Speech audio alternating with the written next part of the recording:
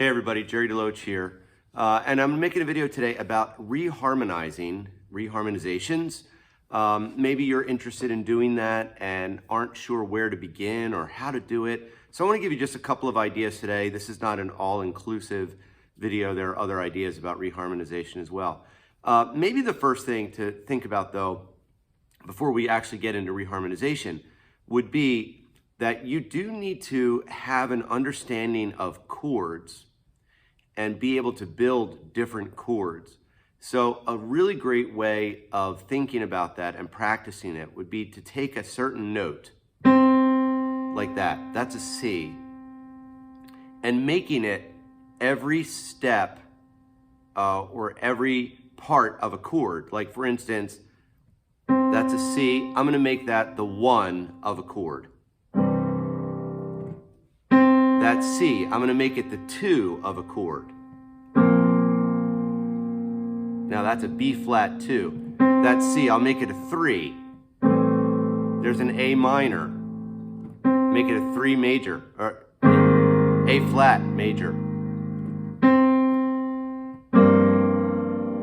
I just made it a 4 in a G7, or, love that sound.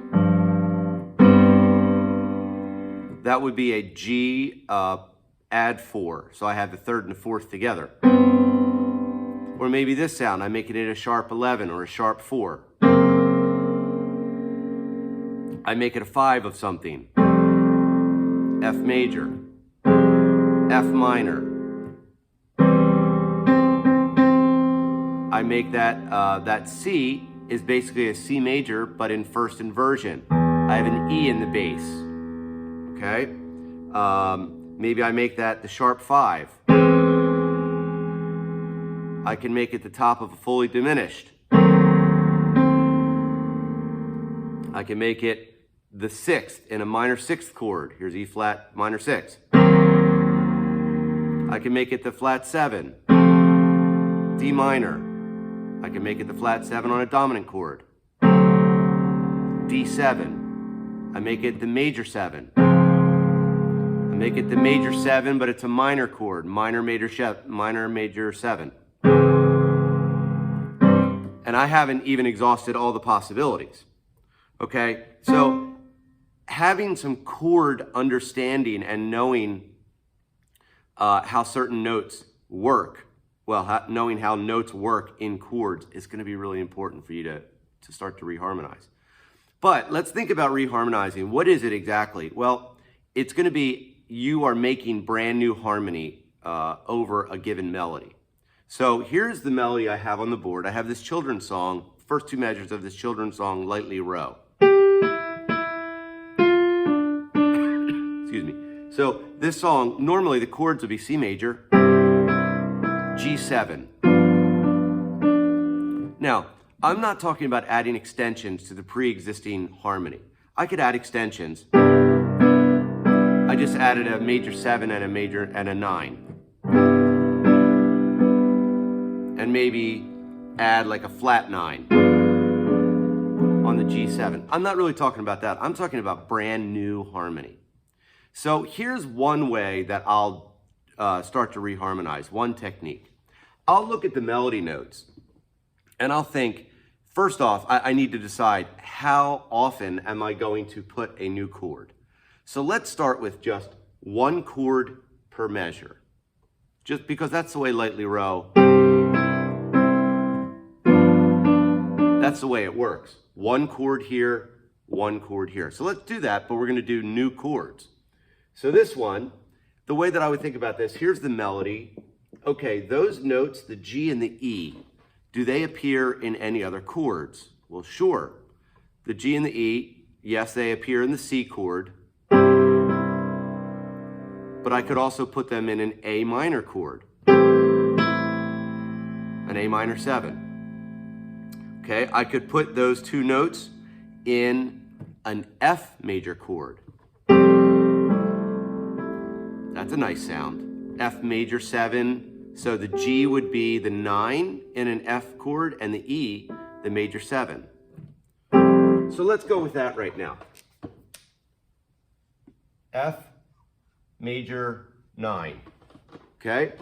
And now, let me look at the next measure. And I'm always going to start going back to the beginning to see how this all sounds.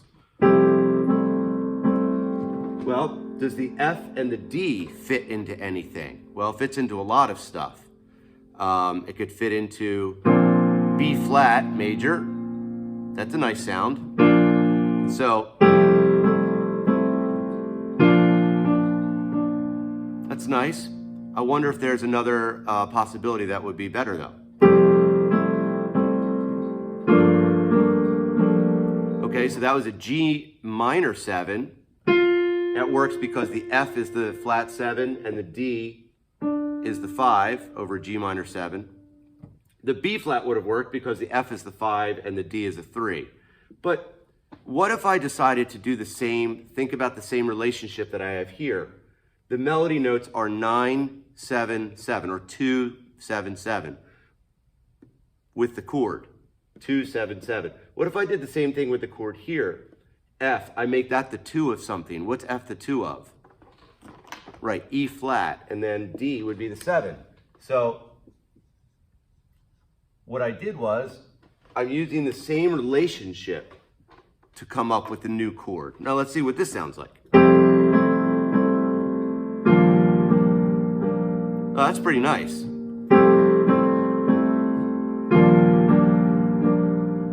Now, are there other options? Sure. This is what my ear likes. So maybe one of the most important things about reharmonization is you do what you like, because you're basically composing with, you're composing harmony within a given melody. So there's an option. Okay, now, how did I come upon these? I used the melody notes and figured out what chords they could fit in. I mean, I could do another one. What if I erase this here? What if I did this? And again, use the same relationship. Now that time, I made the G the 13 and made it a B flat 13 sharp 11. And I used the same relationship here. I just went down a whole step to A flat 13 sharp 11. The F is the 13. Okay, what if I did something else? Well, let's look at this. Let's make that a D minor 11.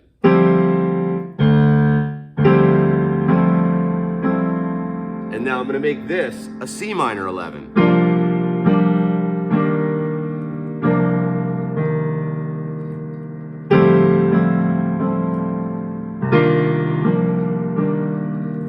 Pretty nice sound.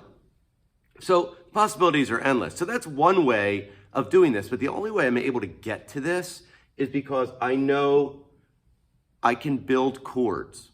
Okay, I know the notes, the letters, the names of the notes that go into the chords.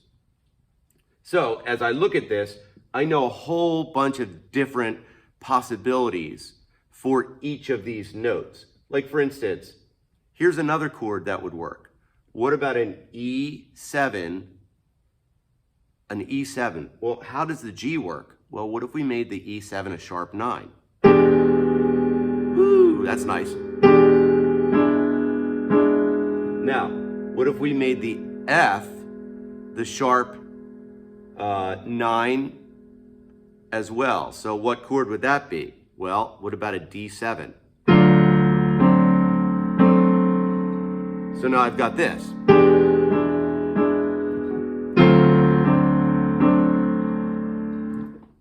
Kind of interesting sounding. Okay, so that's one way that you could come up with some reharmonizations.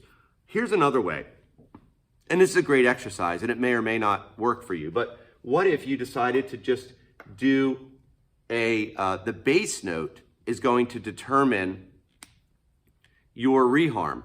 What I mean is this. Let's come up with a bass note pattern that goes chromatically down. And all you need to do is just pick a note to start on. So let's randomly pick one. I haven't done this, so let's see. Let's go B. B, B flat, A flat, G, G flat. Okay, so that's my bass pattern. So that would sound like this.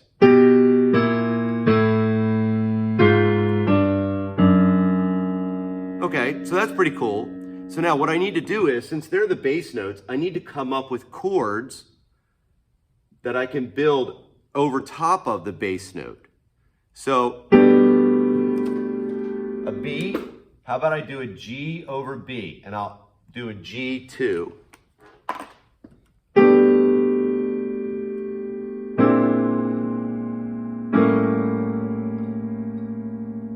Okay, that might work. So I did a G, I did a B flat, sharp 11, B flat 7, sharp 11, and I added the 9 in there.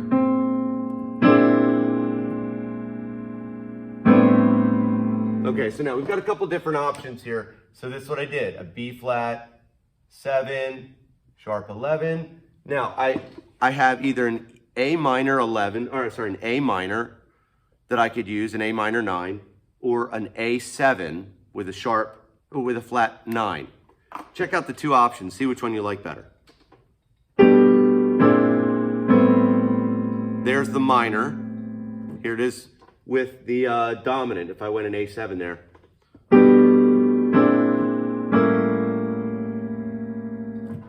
Okay, I'm actually gonna go with the minor. A minor 9. Now again, why are we doing that? I like it. And I'm the one doing a reharmonization, so if you don't like it, sorry. Okay, so here we go. We're gonna start from the beginning again. Woo, I like that. My fingers just went to that one. So what is that? Well, it's an A flat, some type of A flat 7. A flat, there's my flat 7. There's my 9. There's my 11. 13. So it's really an A flat 13 sus 4, right? So here's my, again, A flat 7. So it's a dominant chord, but there's no third in it. So I would spell this, oops, A flat 13 sus 4. So from the beginning again. Ooh, that's, man, that's nice. Sorry.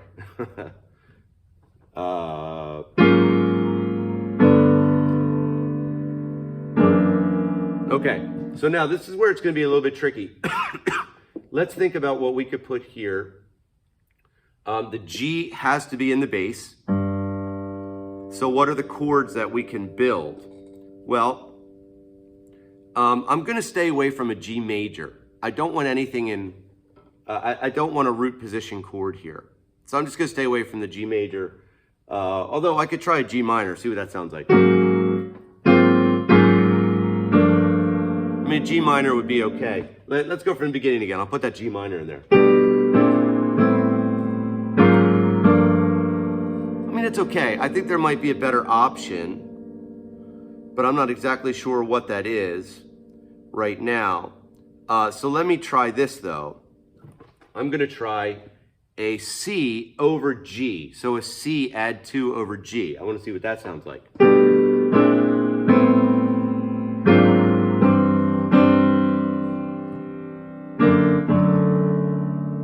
Ooh, that's kind of nice. All right, so let me show you what I did here. I did a C2 over G, and then to here, let's take away the G flat to make it easier to spell. I'm going to put an F sharp there. And then I did a D over F sharp. So now look at this reharmonization. All because I'm just doing a chromatic line. I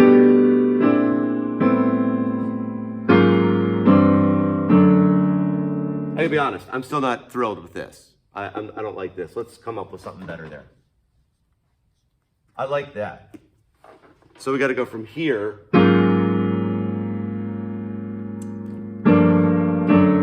All right, let's just do the G minor. That's kind of a nice sound there. And that will work, and I don't want this. So G minor 7. Oop. G minor 7. For sake of this video getting too long. Okay, so here we go.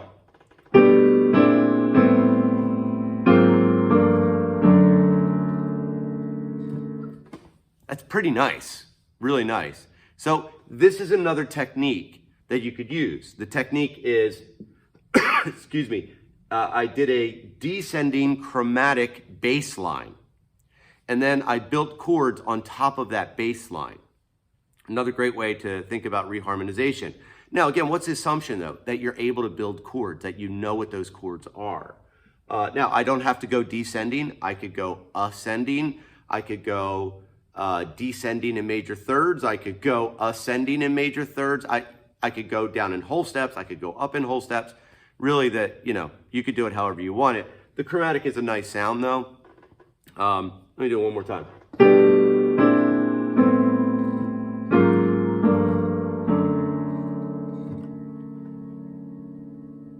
It's really, really nice.